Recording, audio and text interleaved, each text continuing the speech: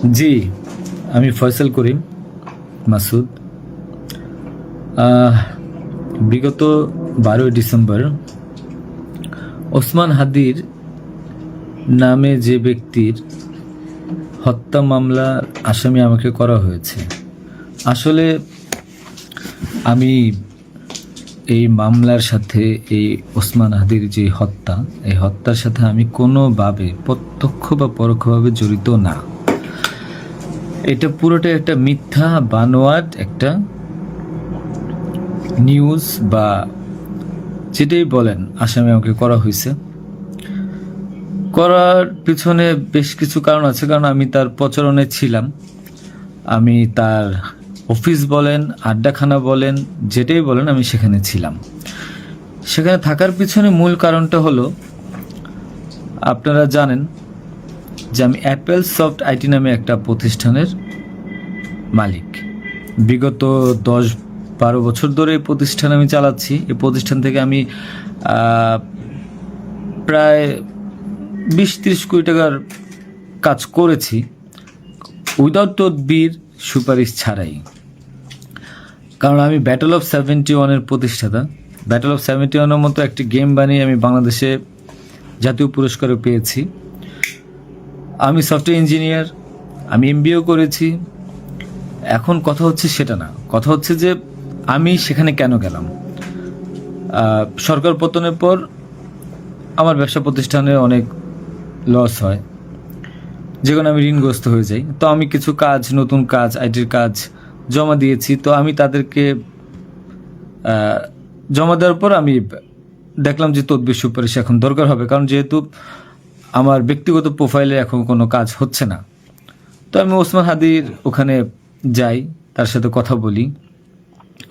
বলার পর সে আমাকে আশ্বস্ত করে বলে যে সে আমাকে কাজ পাইয়ে দিবে। এই বাবদ সে 5 লাখ টাকাও চায়। আমি 5 লাখ টাকা দিই তাকে। নগদ চেয়েছিল, আমি নগদই দিয়ে দিয়েছি। দেওয়ার পর সে আমাকে বললো, ভাই আপনি অ্যাজ এ ডোনার হিসাবে আপনি আমার যেই প্রোগ্রামগুলো হয় নির্বাচনী প্রচারণা, একটা অফিস দিয়েন বা প্রচারণের মাঝে মধ্যে একটু ছেলে পেলেরে হাদিয়ে দিয়েন। তো সে হাদিয়েই বলে আসলে বেসিক্যালি। তো আমি এরপরে শুক্রবার আমাকে আসতে বলে, আমি প্রথম শুক্রবার তার সাথে যাই, প্রচারণা করি। সেই সুবাদে আমি আমার 2টা ছোটো ভাই নিয়ে গিয়েছিলাম, যারা এলাকার লোকাল। তো এখন তাদেরকে হয়তো আসামি করা হচ্ছে, আমি জানি না। তারা কিছুই জানে না, যেমন আমি জানি না, তারাও জানে না। তো তারপর তাকে আমি 5,000 টাকা দিই। তার সাথে যে ছেলেটা আছে জাবের, তাকে জিজ্ঞাসা করলে জানতে পারবেন, সবার সামনে আমি দিয়েছি এবং হাদিয়া হিসেবে সে খুব হাসি মুখে এটা গ্রহণ করেছিল। তারপর ওই দিনের খাওয়া দাওয়া শেষ, প্রোগ্রাম শেষ, আমরা চলে আসি। এরপর আমি আমার ব্যক্তিগত কাজে, নানা কাজে ব্যস্ত ছিলাম। হাদি একদিন ফোন দিয়ে আমাকে বলে, ভাই 16ই ডিসেম্বর আসছে, আপনার সাথে কিছু কথা আছে, আপনি আসেন। তার হোয়াটসঅ্যাপ মেসেজটা চেক করে দেখলে জানতে পারবেন।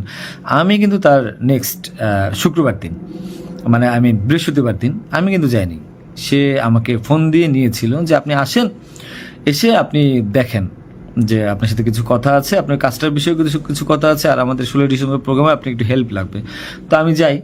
সাথে আমার বেসিক্যালি আমি বাইক চালাইতে পারি না, সেজন্য আমার যে বাইক, সেই বাইকের একজন চালক ছিল, ওটা আমার খুব ক্লোজ ছোট ভাই, আমার খুব স্নেহের, আলমগীর।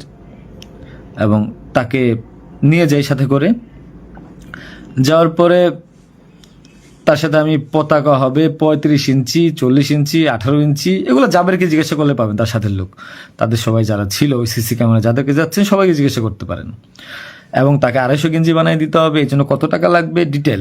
এবং ঘটনার দিন আমাকে সে রিকোয়েস্ট করে, আজকে যারা যে আপনারা দেখছেন হাজার হাজার লোক, শত শত লোক, হাদির তো এত লোক ছিল না, কারণ সে আমাকে নিজেই রিকোয়েস্ট করেছিল যে ভাইয়া আপনি আমাকে 5-10টা পোলাপাইন দিয়েন, আর 16ই ডিসেম্বরে 50টা ছেলে পেলে দিয়েন, যেন আমার পতাকাটা ধরতে পারে, আমার প্রোগ্রামটা সাকসেস করে দিতে পারে।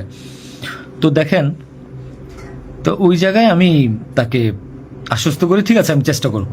তো পরের দিন আমি যাই। পরের দিন আর মাঝখানে একটা কথা বলি, আমার এর পরের দিনই দুবাই যাওয়ার কথা ছিল, যেহেতু আমার দুবাইয়ের মাল্টিপল গোল্ডেন ভিসা আছে।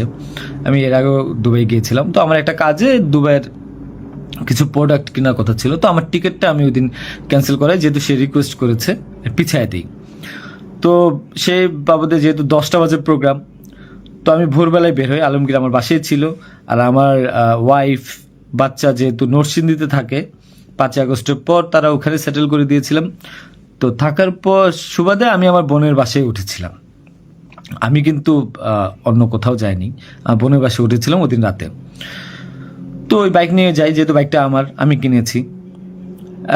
তো নাম রেজিস্ট্রেশন হয়নি। তো আলমগীর বাইকটা চালায়, আমাকে নিয়ে যায়। তো ভোরবেলা আমরা একটা উবার ডেকে আমরা একটা রিসোর্টে যাই। এটাও সত্য, ওই রিসোর্টে যে মেয়েটা ছিল, ওই মেয়েটা বেসিক্যালি আলমগীরের গার্লফ্রেন্ড। কারণ আলমগীর আমি দুবাই চলে যাওয়ার পর সে যেহেতু এলাকায় থাকতে পারছিল না, তার একটু বাইরে থাকতে হবে। তো মেয়েটা তার কাছে একটা হেল্প চায় বাসা ভাড়ার জন্য। তো আলমগীর তার গার্লফ্রেন্ডকে হেল্প করার জন্য বলে, ঠিক আছে তুমি আজকে দেখা করো, আজকে আমাদের অনেক কাজ, তোমার সাথে আমি পরে দেখা করতে পারবো না। তো আলমগীরের সাথে আমি যাই। যাওয়ার পর 8টা-9টার দিকে আমি আবার চলে আসি, কারণ আমার এই টিকিটটা ক্যান্সেল করতে হবে। আবার হাদির প্রোগ্রামে যেতে হবে, ছেলে পেলেও নিয়ে যেতে হবে। তো আমি প্রিপারেশন নিয়ে সকালবেলা চলে আসি। আসার পর এখানে যে মেয়েটার গার্লফ্রেন্ড বানানো, মিথ্যা বানোয়াট একটা প্রচারণা, মানে এর চেয়ে লেম জঘন্য কোনো কিছু হইতে পারে না এই দেশে। মানে আমাকে আসামি করেছেন, ভালো কথা করেন, কিন্তু এইরকম মিথ্যা মানুষের কলঙ্ক দেওয়ার কোনো মানে নেই। সতরা জানেন, ওই মেয়েটা গরিব একটা মেয়ে, মেয়েটাকে ফাঁসাচ্ছেন, মেয়েটাকে দিয়ে যা মন চায় তাই বলান। এখন কথা হলো যে আমি প্রোগ্রাম করেছি, হাদিকে যে ওই দিন কথা বলেছি, এবং ওই দিন আমি তাকে আবার 10,000 টাকা দিয়েছি, পোলাপানকে খাওয়াই দিয়েন। আমি আমার বাইক নিয়ে যাই, কে বা কারা এই হত্যাকাণ্ড ঘটেছে আমি জানি না। আমি 10 মিনিট আগে তার কাছ থেকে বিদায় নিয়ে চলে আসি। আসার পর আমি বাসায় আসি, যেহেতু আমি যাব দুবাই, আমি টিকিট ক্যান্সেল করেছি। আপনারা দুবাইয়ের টিকিটগুলো দেখতে পারেন। আমি একটু দেখাই একটা জিনিস আপনাদেরকে। এই যে দেখেন আমার দুবাইয়ের মাল্টিপল ভিসা। 1 মিনিট।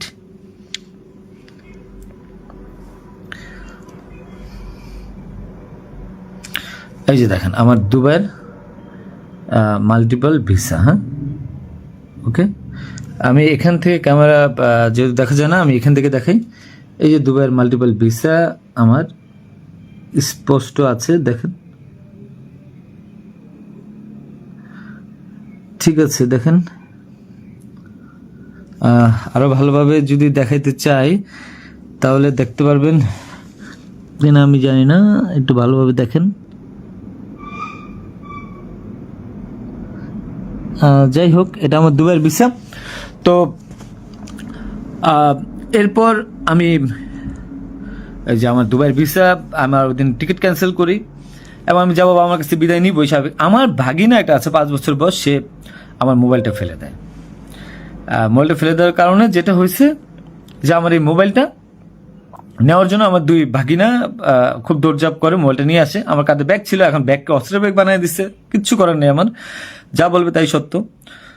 আর আমার বাইকের নাম্বার প্লেট চেঞ্জ করে নাম্বার ম্যানহোল থেকে উদ্ধার করা, আমার বাবার 2বার ব্রেন স্ট্রোক করছে, তাকে দিয়ে উদ্ধার করানো, এটা কোন নাটক আমি জানি না। তো তারপর এই তো বাইক উদ্ধার দেখলাম, এগুলা দেখলাম, এরপর আমি বিদায় নিয়ে চলে আসি।